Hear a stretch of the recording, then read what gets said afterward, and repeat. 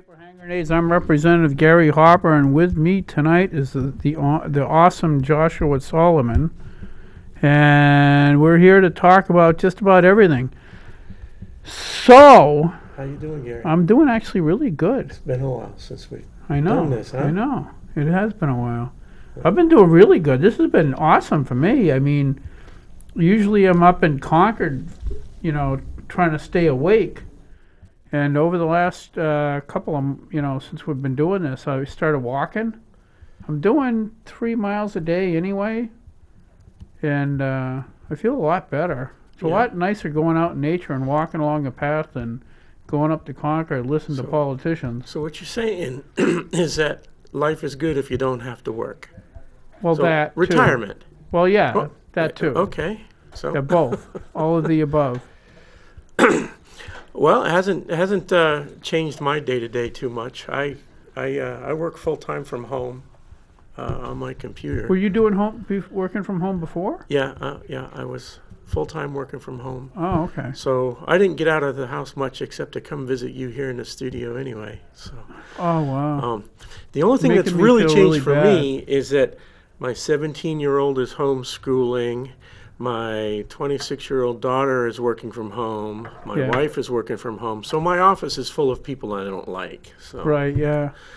So that's the biggest change for me. Yeah, I was telling my wife, that it's really nice that, we're quarantined, I get to spend time with somebody I care about, love, and respect for, it's really nice. She goes, well, yeah, that must be nice.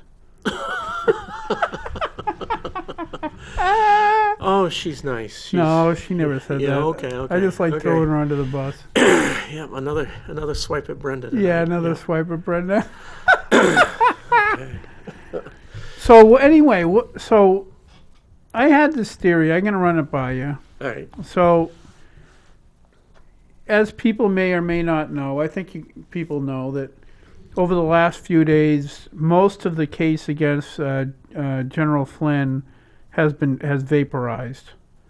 Oh, that's been fun to watch. It has been fun to watch. Yeah. If you've been watching the alternative news for the last 2 years, you knew that was true anyway. This is not, for a lot of us, this is not news. It was just finally the stuff coming out in the open. Right. So one of the things I was curious about, I got very curious as to, I knew that Flynn worked in the Obama administration, but Obama got rid of him. So I went back to try to find out why. And so what I found out was that in 2012, President Obama appointed him, or somebody appointed him, when he was president, so I think it was National Security Agency. Yep. And his task was to clean up the Secret Service and people like that in places like Ukraine. Right. And I know that they had somebody interviewed him. What are you going to do if you have people that don't want to cooperate? And he said, fire them. So he was going in and trying to clean up some of the corrupt United States corrupt officials, I think, in the Ukraine and I assume parts of that section of Europe. That is correct. Right. And I have some information about that. So let me finish my theory first. Yeah, go ahead. So that's 2014, he got the boot. 2014 is also when Obama appointed Biden to go into the Ukraine and work on, quote unquote, cleaning up the Ukraine. That was April of 2014. Right. That Biden headed over there. So this is my theory. My theory is that Ukraine was so corrupt that people in the Obama administration saw it as an opportunity to, for a lot of people to get really wealthy. So they send $1 billion in aid to Ukraine, and then kickbacks come in the form of contracts with this company in the United States, this company in the United States, and a lot of people in United States Senate or their children or in in the House if they're politically well connected enough. A lot of people in the United States and DC insiders get to work on all these contracts and make bank. Yep. Okay, so the reason they got rid of Flynn at the beginning was because I'm pretty sure the guy's a Boy Scout and would have known what was going on and put an end to it. So that's 2014. Yep. So then Trump nominates him in 2016, and they have to get rid of him because they know as soon as he gets access to that information again, he's going to blow the whistle on what Obama and all his flunkies were doing. And I think that's one of the reasons why he had a target on his back, was to make sure he didn't get in and blow the whistle on everything that was going on. Yeah, that's exactly how it worked. You hit on that one key. When we send foreign aid to these countries, when Congress gets together and decides they're going to send $1 billion to a less fortunate country, they already have a plan for their siblings, for their children, etc., to be placed onto the board of directors or for contracts to come back into their pockets. So they're taking American taxpayer dollars and they're sending it out, and they know that money's going to come back. When Joe Biden went to the Ukraine in April 2014, over the next 16 months, his son was paid $3.1 million, right, over 16 months. And that's exactly what Flynn was going after. So that's the standard operating procedure, and so you got to get rid of somebody and put someone in there that you trust. It's going to play ball, right? And that's exactly what he did, and he did so in the form of General. Oh, that's the wrong article. I'm sorry.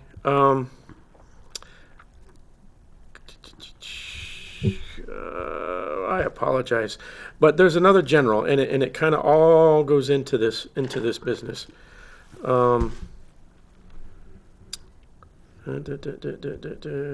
Clapper. Oh yeah, Cartwright, General Cartwright, and so General Cartwright was in Obama's administration from that point forward. Okay. Now,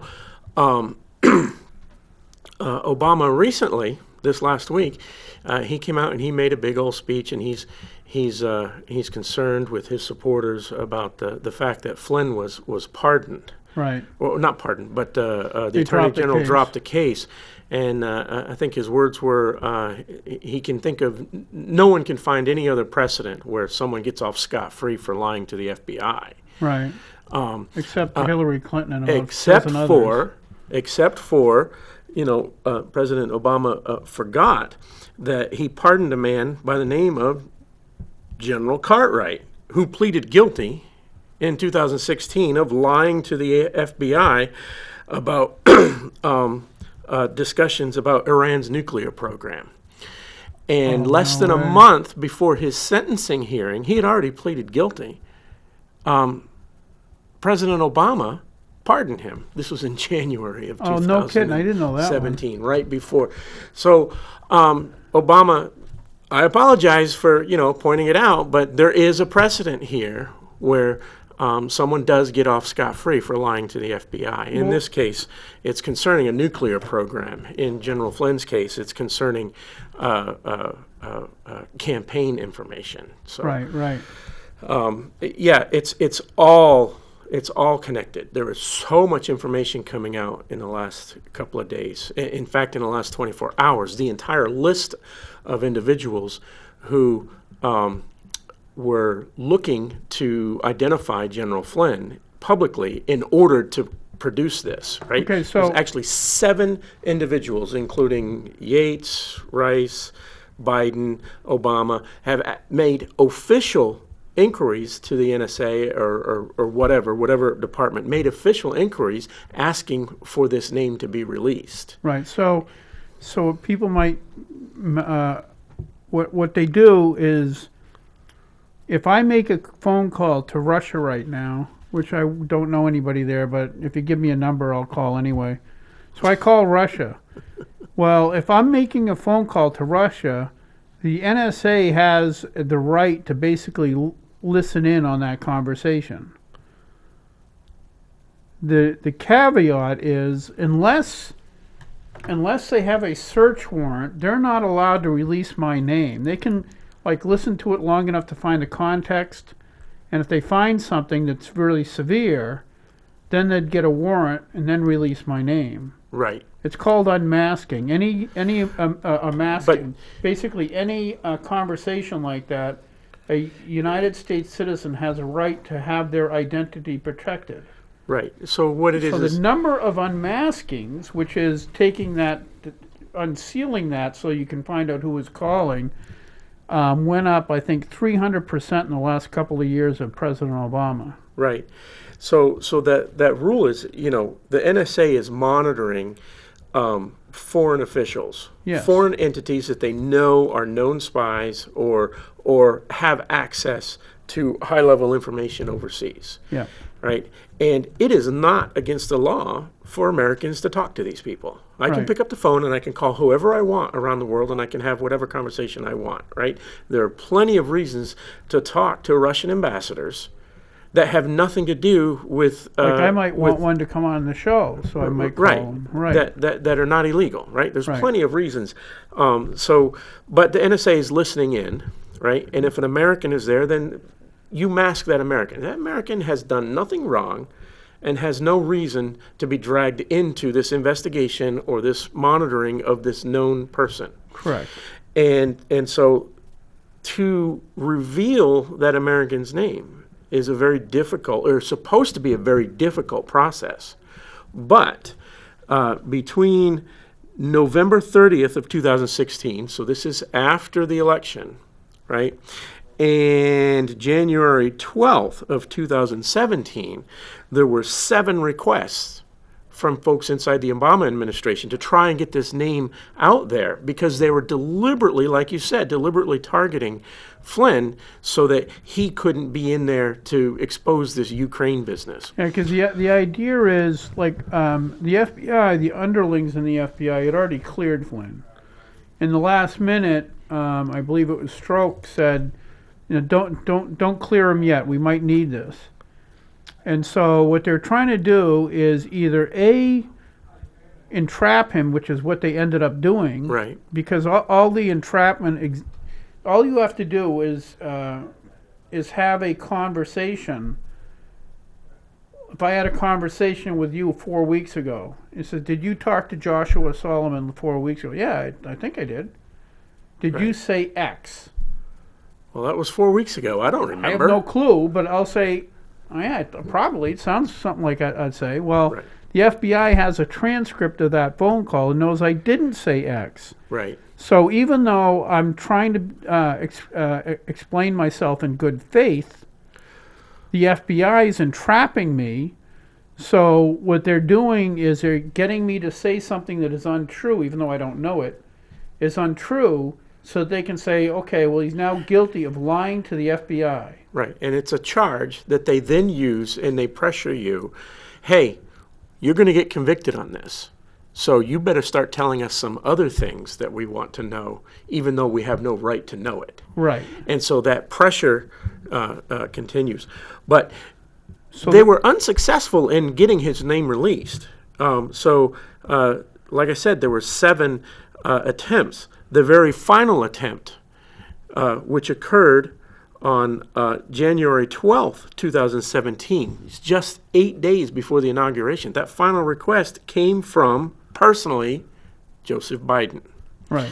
So it went further and further up the chain until it got to the vice president, and now they reveal his name, Yep. right? And then everybody else circles in and says, okay, how are we going to nail this guy? And they nail him, within a week of the inauguration, just after the inauguration? So it's incredible what they went through to get Flynn specifically, so that they can then concoct this other Ukraine disaster that they had there. Well, they were trying right then. They were trying for the Russian collusion, so Right. that was all part of that. And then the other thing too is what they did to Flynn. So first they entrap him, which they could do to anybody. And if you followed this case, and you're ever interviewed by the FBI, you're a damn fool if you answer any questions at all, because they're not there to try to find out anything. Or they may be. They might be completely honorable and are just trying to find information so they can solve a crime. But they also could be just trying to entrap you and asking you. Any lapse of memory, even if it's genuine, that you're going to be used at that point. It's going to be used against you. They're, okay, we'll drop these charges if you tell us something that we're not really entitled to. Right.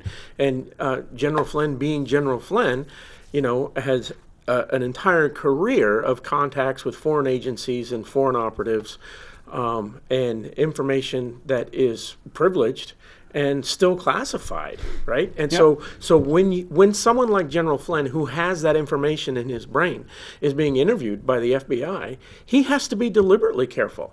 And there are going to be times where he's deliberately deceitful because he's protecting information that they're not entitled to, Right. regardless of what they're investigating. Right. So they entrap him, and then what they did after the fact is now they've got a charge of lying to the FBI, and so they're going after him with that, and so he lawyers up and he gets a lawyer, and the lawyer bleeds him dry. He loses I believe he lost his house. Obviously, he lost his job. He lost his source of income. He lost his credibility.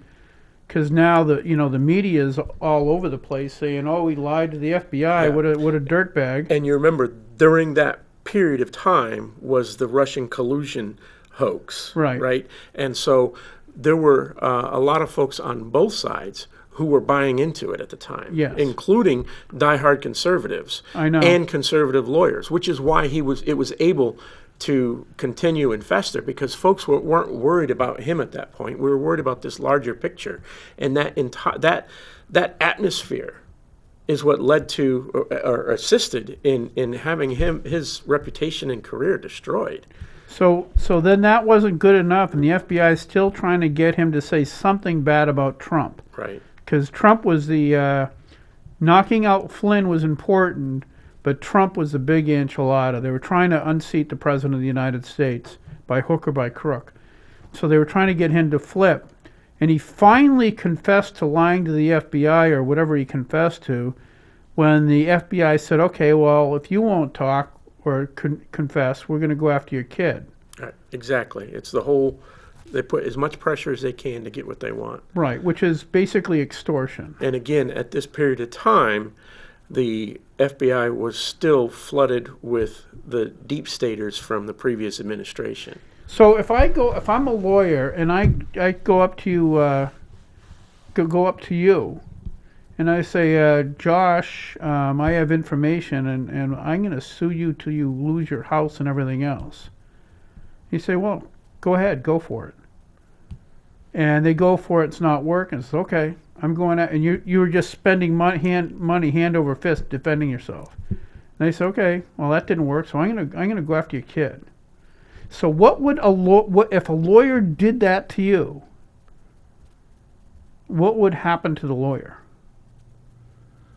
Oh, that's definitely Extortion. a crime. It's a crime. It's extortion. You can't use your power to threaten people, because I think that's actually happened periodically. Is a lawyer will just threaten to sue people because he knows he has the. There are a number of unscrupulous lawyers who use that tactic for pretty much everything. Well, Yeah. they go and they'll threaten. They want something out of you in this case, and if they can't get this, then they have a whole series of things that they'll back up. But it's It's illegal. It's plain extortion. It's plain extortion, and that's what they did. Copyright lawyers do that on a regular basis. Right. They say, hey, why don't you just, give us $50,000 and we'll let it go. But if you don't give us $50,000, we're going to file this, and this, and we're going to take, 10 times that much. Right. It's an extortion tactic, and that's exactly what copyright lawyers do. And that's exactly what the FBI did to Flynn. They extorted, they abused their position to extort him to either plea or turn on Trump. It's the same thing they did to Papadopoulos. They went after him the exact same way. They just kept at him and kept at him. And well, it's a tactic that the FBI actually trains, right? If you don't get what you want out of one subject, then they're actually trained to do this, and it's been tolerated for decades. Yeah, and it shouldn't be tolerated anymore. I mean, it's one thing to get a plea bargain out of somebody because they murdered somebody. Well, a drug dealer or murderer.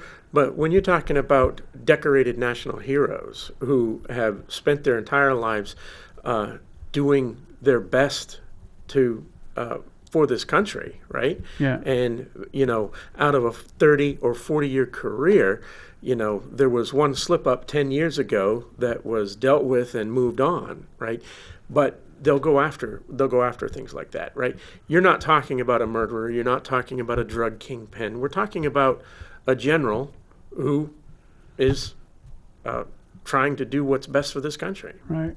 So if you look at the bigger picture, so they went after Flynn, they went after Papadopoulos, who was actually a pretty cool guy. Same kind of technique, same crap. They went after people like Brennan would go on CNN and tell everybody breathlessly how there's information that's going to surface soon to prove that Trump was colluding with the Russians. Yeah, Brennan is one of those who seems overly desperate to make this stick, and I feel like there's more we're going to learn about him in the next couple of years. There's a lot more we're going to hear about Brennan. So you had Brennan going on CNN telling everybody how we're just this close to coming up, but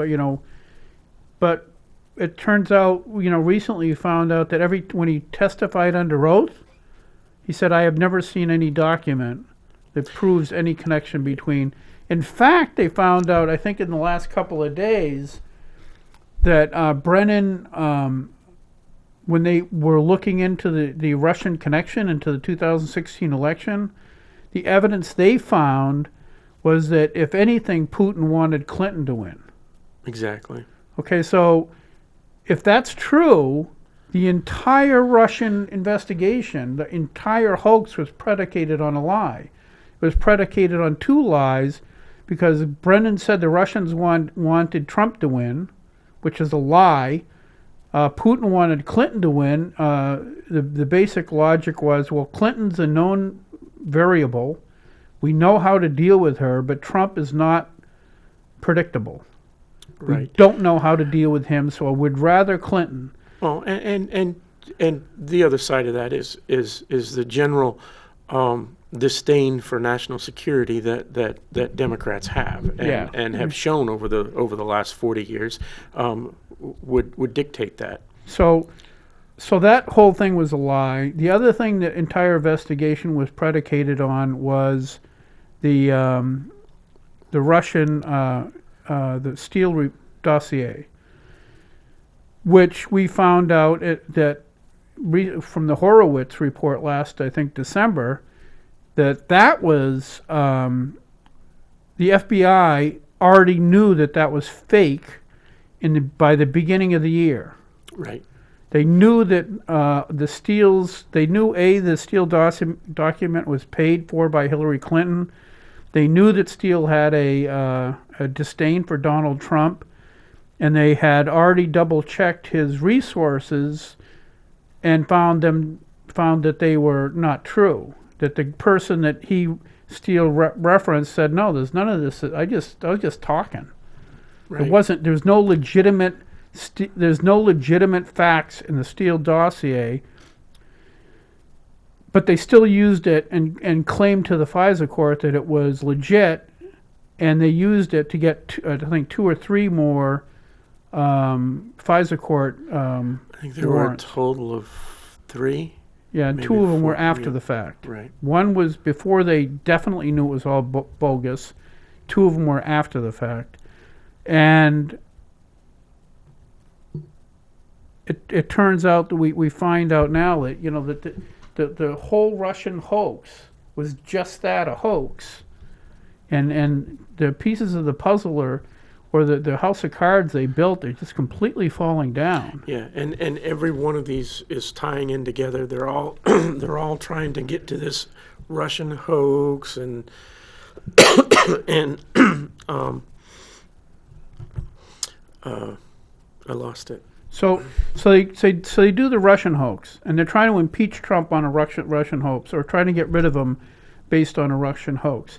So then we go to this Ukraine deal with a quote-unquote whistleblower who really wasn't even a whistleblower, and that turned out to be the only real thing that happened in Ukraine that was inappropriate was Joe Biden's dealings in Ukraine while he was vice president. And so that didn't work. So what I'm trying to build up to is you had the Russian hoax where they basically were trying to, I think it was treason. You had a bunch of people in deep staters. Simply the unmasking of Flynn's name is treason. Really? Yeah. So you had this treasonous actions trying to unseat the president of the United States in the beginning of 2017. It carries over to that didn't work, so they try this Ukraine thing, which is just a total BS. And then by the time you come around to the beginning of 2020, now you're still finishing up the impeachment, right? And and the news is the only thing they're talking about is impeaching Donald Trump, and which overshadowed the fact that China was already just covering up this coronavirus. And now, I think we get to the coronavirus. So now we're up to date in the coronavirus. And now they're using the coronavirus to try to make sure he doesn't win re-election. And they're doing it in a way that's not been done before. They're using the coronavirus as an excuse to keep the economy shut down. Yes. To roll back all of the advances in the economy that the administration has encouraged, and we can see that keeping the economy shut down, using it as an excuse to come up with these outrageous proposals. I'm sure everybody appreciated their $1,200 check, but somebody's paying for it. And that's us. So that is going to be that foothold into what the liberals want, which is universal income And health care. Exactly. And so they're using this as an excuse to put that in there. Pelosi just proposed a $3 trillion bill, I think yesterday or the day before, which includes another stimulus check to everyone, in addition to a whole bunch of other pet projects. Another even outlier fringe of liberals in Congress are proposing a $4.5 trillion bill to give every American $2,000 a month for the next year. Right. During this entire thing. It is outrageous. They're getting their foothold into their pet projects. They're killing the economy, because if any of that happens, who's going to go back to work if they're getting that money in the mail for free? Right. Right. Eventually, that's going to collapse. That's socialism. That has to collapse. That will collapse. It has to collapse the economy. So they're sneaking that stuff in there. They're sneaking in the health stuff. They're dragging out all of their liberal health experts to tell us exactly how to live our lives, and they're also using it as an excuse to get something that they've always wanted, and that is mail-in voting. Right. Right? Because then they can control the voting, right? Right. And along with that mail-in voting, what was one of the big issues on the first stimulus was to pay off all the debt for the post office because they want to pump that post office full of liberals who will lose conservative ballots on purpose. Right. So they're going back to the post office. I think the liberals are still pissed at Ronald Reagan for getting rid of the postmaster general. Right. Postmaster general used to be a cabinet position. Right. It's a delivery service. So Reagan got rid of that, and I think they're still reeling about that. So the post office, health care, universal income, they're using it for all of these things. But I'm still confident that it's not going to work. I'm still confident that we're going to come out in droves and tell them where to go in November. I hope so, because I think the thing is, I think this Rahm Emanuel said never let a crisis go to waste. Yep. And Democrats see blood in the water. Yep. They love to attribute that mentality to conservatives, but it was most definitely came out of the Clinton administration. Correct. This idea of never letting a crisis go to waste. So to me, what's actually happened is I believe that when this coronavirus started breaking the water in Italy, I firmly believe that they were truly scared. Okay? If you look at what happened in Italy at the beginning of this, 10% of everybody that got coronavirus died. Right. Well, if that carried over, because the other information... If it continued at that rate, but it didn't. I know, but we didn't know. Right. So at the very beginning, we had a 10% mortality rate. If in 2000, I think it was 18, there was 16.5 million people got the flu. At a 10% rate, that meant that 1.6 million Americans was going to die. If as many people that got the flu got coronavirus. Right. So they had a very legitimate reason to be scared out of their minds, and a very legitimate reason to try to ramp it up and do whatever they could. No, absolutely. Any unknown situation. It's the fear of the unknown, right? It's a phrase we hear all the time, right? Anything with an unknown quantity is going to elicit some amount of fear because you don't have all the facts yet. You don't have all the research. But we have a lot more research now than we did 2 months ago. In fact, we have more research on this particular virus than we do on previous, SARS and MERS and whatnot, because it's been a global effort. Right. So, it is time to start, okay, we know a lot more facts instead of just rumors and hearsay and anecdotal about, like Italy. Italy is a very tight-knit, very dense population. It's about the size of California. Right, and so that was a scary thing. It was scary for me too. If you recall, I don't know how many dedicated watchers we have, but tens of thousands. I had the flu and I had pneumonia for the first time in my life. Right. In January and February, and I was having a very difficult time breathing. It was the flu. I tested positive for the flu. It was not coronavirus. It was identifiable, and it took a good 4 to 6 weeks. And when this thing started hitting hard in European countries such as Italy and started to move into the United States, and we started to kind of shut down at the end of February, I was still feeling the effects of pneumonia. Right. So I was scared.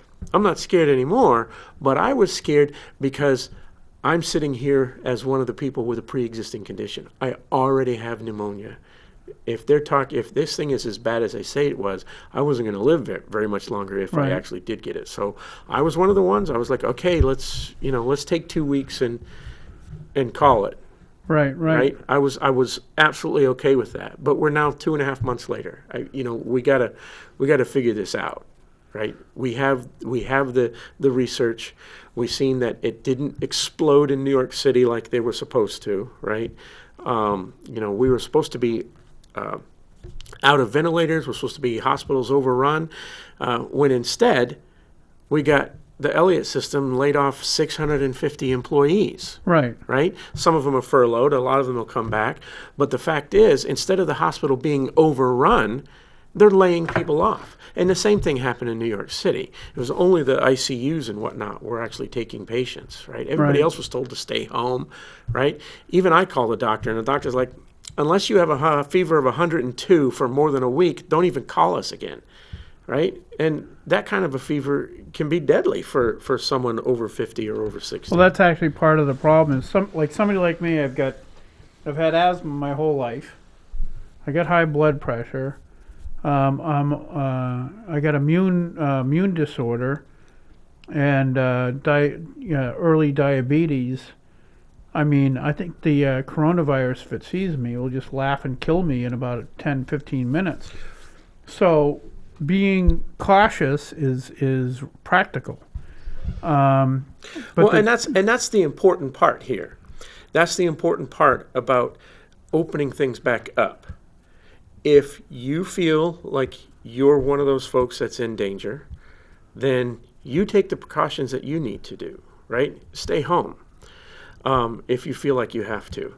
But there are businesses and there are people out there who are going bankrupt, people who can't work, don't have money to go to the grocery store that's still open, right? So these people need to work, and so it requires us to be adults, which we are. But the well, government maybe you and the are. government mentality I don't doesn't put treat us myself as in that adults. category. Yeah, well, but that's what we need to be asking the governors to do. Treat us like adults, right? If we feel like we're healthy and we can go to work, then we can go to work. Well, see, if we feel like we need to hide and wear a mask, then I wear a mask. I wear a mask when I definitely wear a mask when I go to high trafficked areas, grocery I store. think that- I will not go to the grocery store without a mask, and I because everybody goes, sick or not, because you need to go there. It's an essential place. Well, see, I think I said it on Facebook anyway, but I think the Governor Sununu could have opened up New Hampshire 2 weeks ago. Right. And all he had to do was get an agreement with business owners that they wouldn't let their employees or any customers come in or out without a mask. Not that a mask necessarily protects me, because I don't think all like that cloth mask you have isn't going to protect you 100% from coronavirus. Oh, absolutely not. I But mean, you still have to be vigilant. You still would have it- to be an adult and wash your hands. And Right. But what it does do, what the mask does do, is that the majority of people that have COVID-19 don't know it. Right. Okay, so if they don't know it, they're 20 or something like that. They're feeling good. They're going out into public and they say, "I'm feeling good. I'm not worried." So they don't wear a mask. Those are the people that are actually infecting other people. And if they wore a mask, the water droplets coming out of their mouth with COVID-19 would be trapped inside the mask, and they wouldn't be spreading it. Right. So I think if companies just said, no, nobody comes, if you're a customer, just wear a mask, be courteous, and then have employees wear a mask, and I think you could have opened it up 2 weeks ago. Yeah, and I think that's exactly. I Like you believe said, be an the adult. same. Right. These businesses are private businesses. Even without this emergency, me as a business owner, I can put up a sign and I can say, "This is private property. If you want to shop here, wear a mask." Yeah. Right. And that's up to the business owners to do Right. that. Right. And I don't think it's unreasonable to say, okay, for these types of businesses, food service, healthcare, yes, let's, at least for the time being, require everybody who visits or works in these businesses to be wearing a mask, right? But for other professions and other places, it's spring. Construction workers, landscapers, all these people that work outside, let them go back to work. Right. And they don't need to wear a mask. No. You're out in the fresh air. I was I Right? was walking the rail trail yesterday, and I don't advocate wearing a mask if you're exercising. I don't think that's healthy. That's actually dangerous. Right. So there have been deaths identified with that, even during this coronavirus. Right. The folks wearing a mask, that restricts your body's ability to take in oxygen and replenish the oxygen in your red blood cells. Right. And people are dying because of it. Yeah, so I was walking along that rail trail in Goffstown. I see these young girls, I think they're 15. Both of them are wearing masks as they're walking. I'm going, really? You're not getting... You're outdoors. You're outdoors. There's a good 10 nature's mile an hour cleansing breeze. here. Yeah, exactly. There's no way you're infecting anybody or doing anything else. I mean, to me, that is part of the cure, is people getting out. You know, It absolutely is. Being holed up is has been proven to be a risk factor. So the numbers have probably changed since the last time I picked up these numbers, but I believe it was about 4 or 5 days ago, May 6th or May 8th. As of that point, 111 people in New Hampshire have died of coronavirus. Right. So I think it's But 142 now. 84 of them were in nursing homes, Right. In facilities where these people are all bunched up. And so I think the statistic is something like 77% of all COVID deaths occur in facilities where people are in close quarters. They did a, Cruise ships, hospitals, nursing homes, right?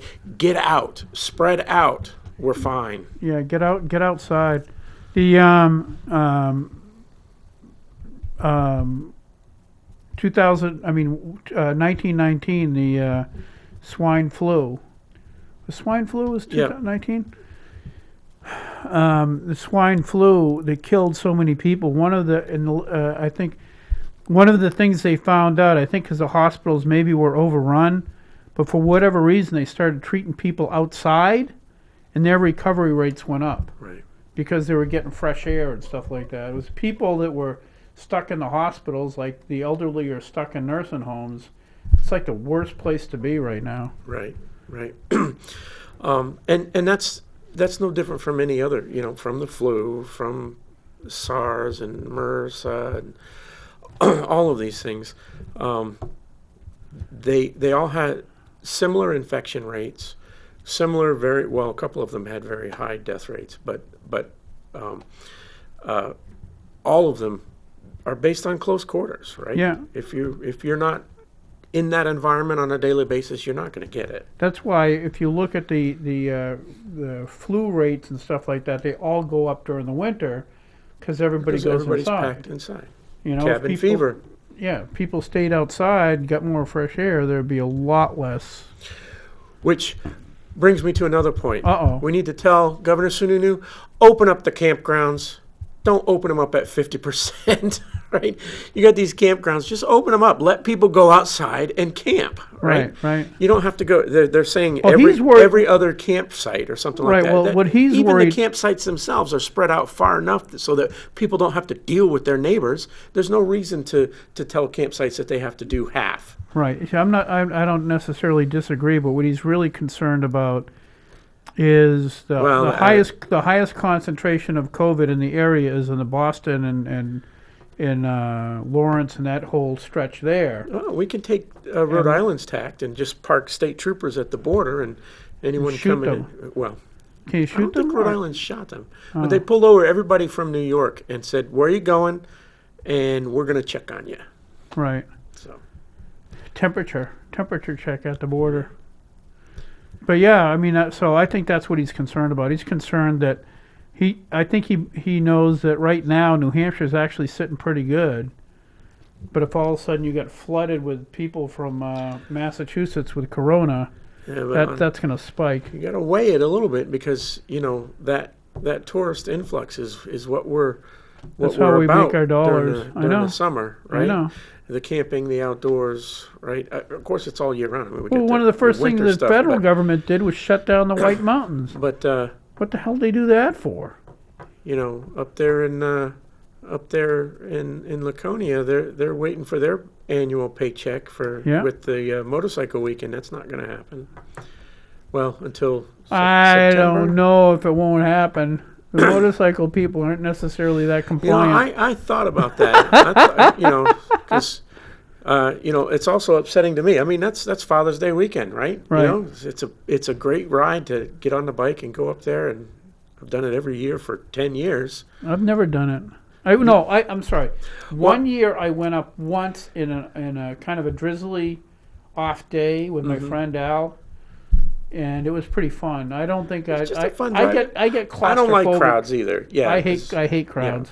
Yeah, I go up there. I kind of drive through. I maybe park and walk and get lunch or something. But I'm not there hanging out like folks are for the entire week. I almost got a tattoo. I want to get a tattoo for when I'm out on the bike. Yeah. Yeah. Something that would like totally intimidate people. Yeah. Like people wouldn't even big talk giant to me. heart with mom right through it. No, even more intimidating. It was Marvin the Martian.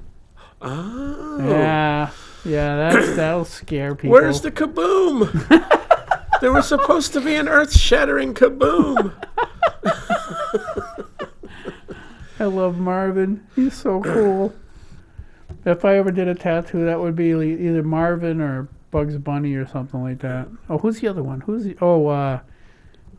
Yosemite Sam's pretty great. Sam. He's pretty great. Yeah, he's a Classic. he's a rootinest tootinest. I know. But yeah, it's a pretty sketchy time. I think the problem is there's a lot of vested interest in this country right now in letting the economy tank so that President Trump doesn't win a re-election. Yep. And you have to be, when you're watching the news, keep that in mind. Yeah, and I'm going to put a lot of faith in the American people and say that they saw what happened to the economy when the president came in. Right. They saw this thing skyrocket. They saw unemployment at the lowest rate in 50 years. Not only unemployment in general, but unemployment for minorities at the lowest rate in 50 years. Yeah. Right?